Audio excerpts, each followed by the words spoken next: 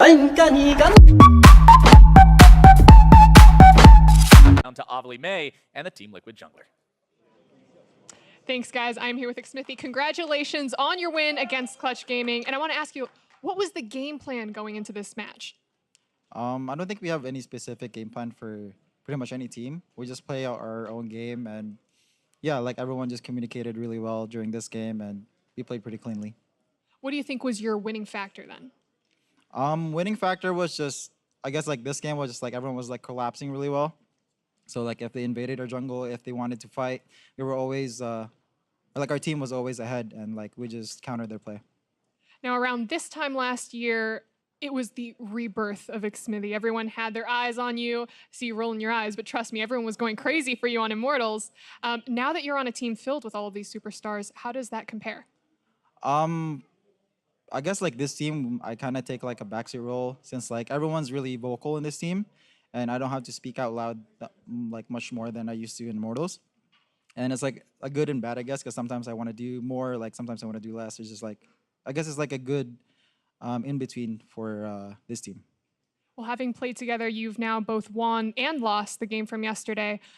How does Team Liquid handle a loss and turn it into a win the next day? For our first loss, I'm actually surprised that our team like took it really well. Like everyone was really positive that we learned a lot.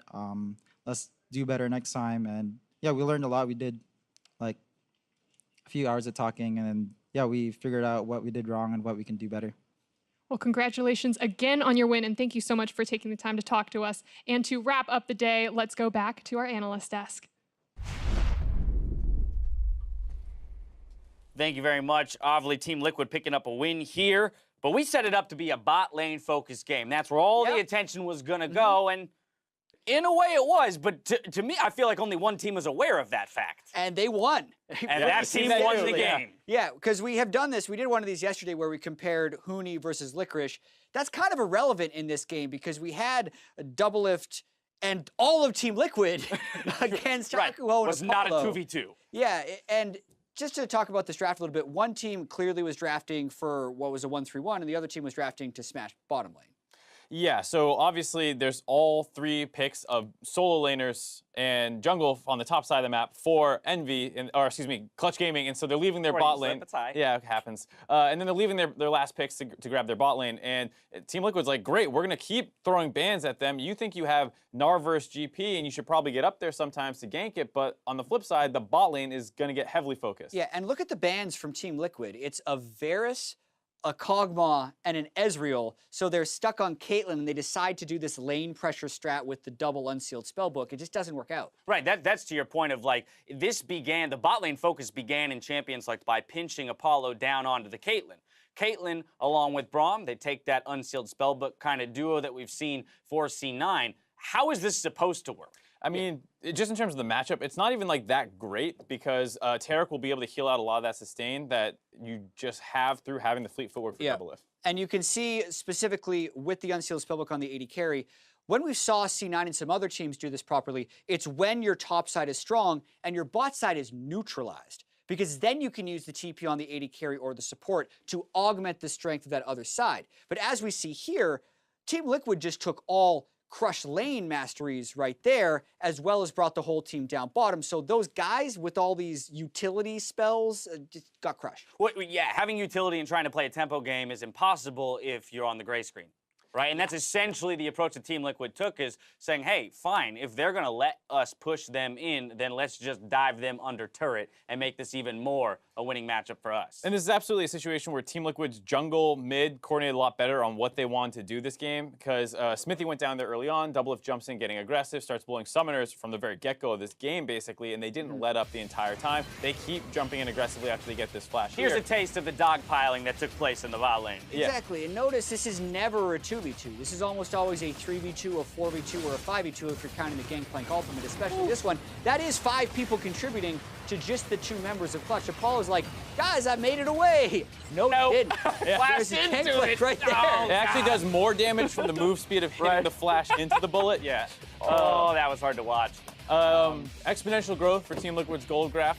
And, first solo, he did a good job generating a substantial CS advantage in the top lane versus Impact's GP.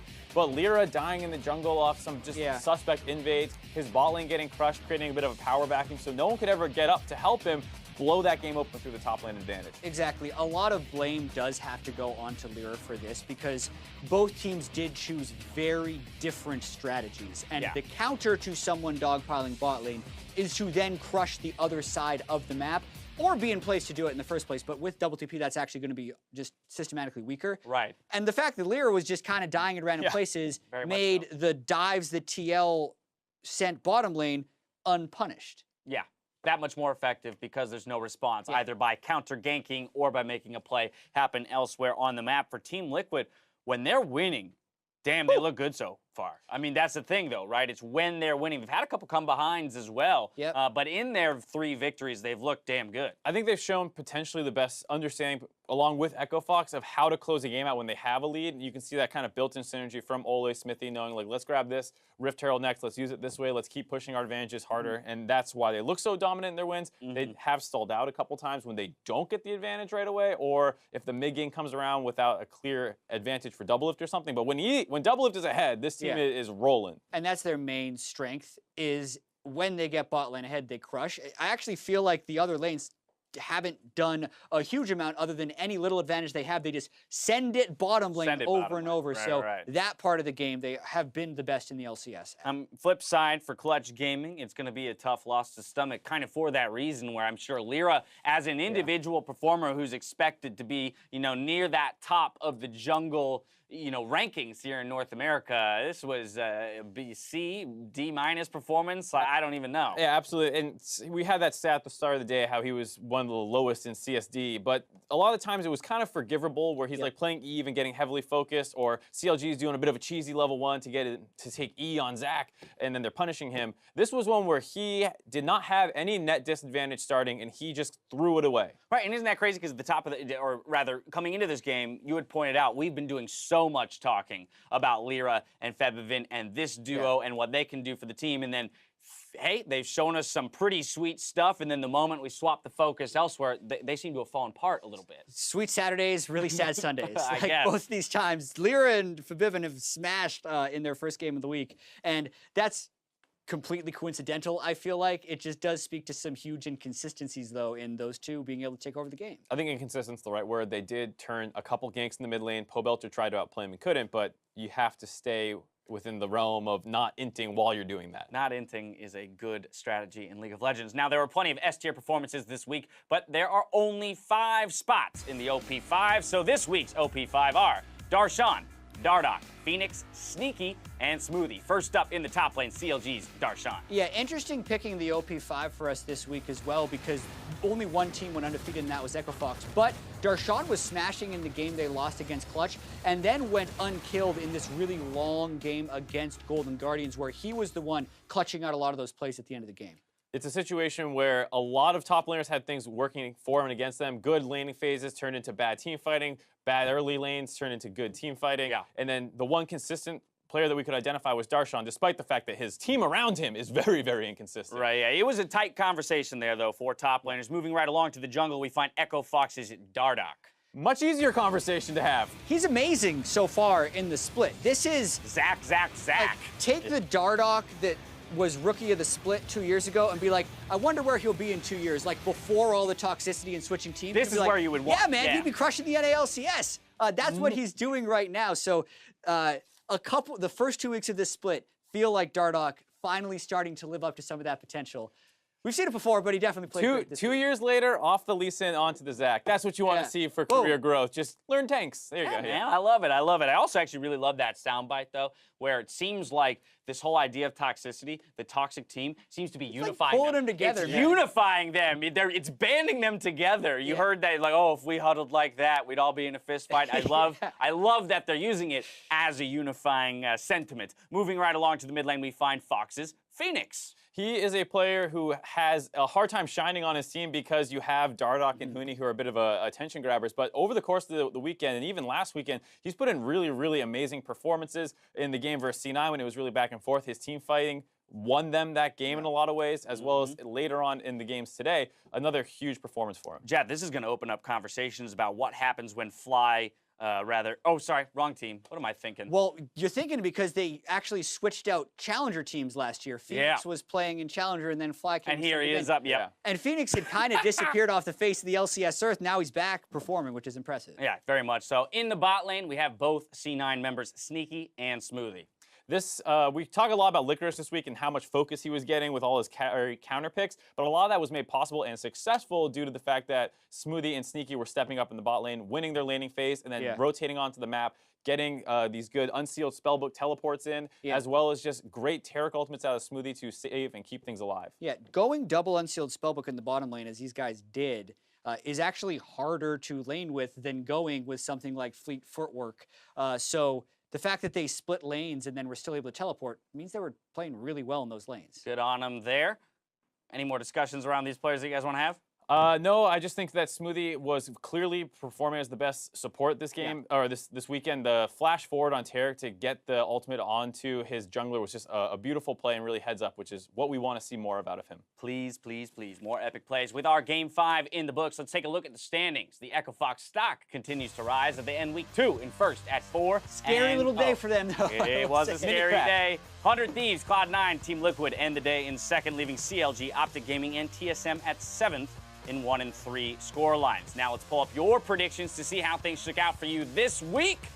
And the totals, Mark pulling ahead by 1 here. Jad, how you feeling about your performance today? Dude, I'm really salty still. That game one? About that game one, buddy? TSM had such a big gold lead. TSM? Yeah, I know. I kept picking teams that weren't good at killing the Nexus, but were good at other things, and just expected them to kill the Nexus for some reason. The Optic pick, though, I was about to say, good. Optic FlyQuest was a very close game.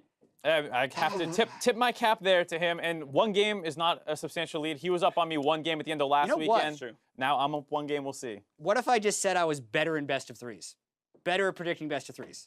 Well, I mean, there's no best of 3s anymore. You have best of 5s and best of 1s. It's a useless skill set. I don't know what that means, Jad. I don't know. What do you want, an award? Yeah, G2 said they were better in best of 5s, and it excused all the losses they'd have in best of 3s. Can I do that with predictions? Sure. Yeah, sure. All right. I'll let you claim anything you want to claim, better Jad. in series look, play. This is a platform. There's a camera. You have a mic. Say whatever you want to say. Yeah. Making great usage of that power right there. That's a great use of it. Let's get out of here. Let's get out of here. Moving on. I'm only down 1 game. Jad, stop it. Yes. Right now. I win every series. I've been 3-2 every day. I've always won the best of 5. Yeah, you're in last place. I've always won the best. You're in last place. The coin is in last place, Dad. The coin is 0 and 5. No, I didn't see the coin on the graphic. I win best of 7s. Can I say? All right, I'm putting a stop to this. We're going to move on throughout the weekend. We've been combing through the Twitterverse to see what epic moments you called out. So let's pull up this week's LCS Big Plays, brought to you by Acer Predator. First up, Shane Miles reached for the easy pun and called Febiven's pentakill what it was, clutch.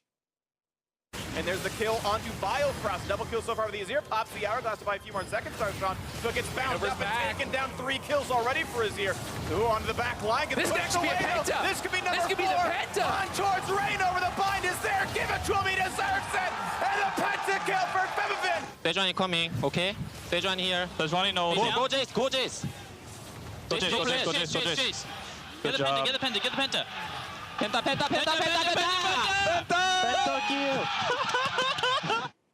Like how the team handed over the penta right there as far as building teamwork, but also the ultimate timing of him to have it that late in the fight, I think is what surprised COG, whether or not you argue about whether or not they should have gone in there. Right, but that's an entirely a solo queue moment when like you've seen a 30-second skirmish and you show up to it and you're like, there's no way anyone has any of their cooldowns left. I'm just gonna go all in and wait, he still has his ultimate. Are you kidding me?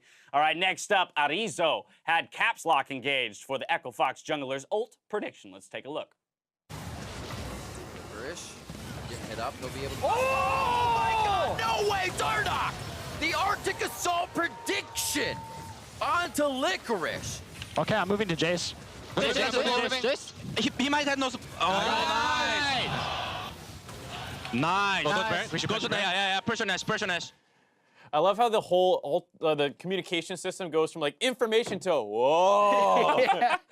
I like Driv's call. He had the diction on prediction to make it super clean. Yeah. I don't know. That just impressed me. I don't know. Maybe that's the vocal theater side of I like the my ultimate personality. person. Yeah. Guys was all Flash into prediction. that. All right, keep tweeting your favorite moments throughout the split by using the hashtag NALCS so we can hype, or rather share your hype moments throughout the broadcast. That's going to do it for us here. Let's send it over to Freak, Kobe, and Zyrene for NALCS tonight. That's a Good lot diction. of letters where they'll review this week's games and look towards next week's matchups.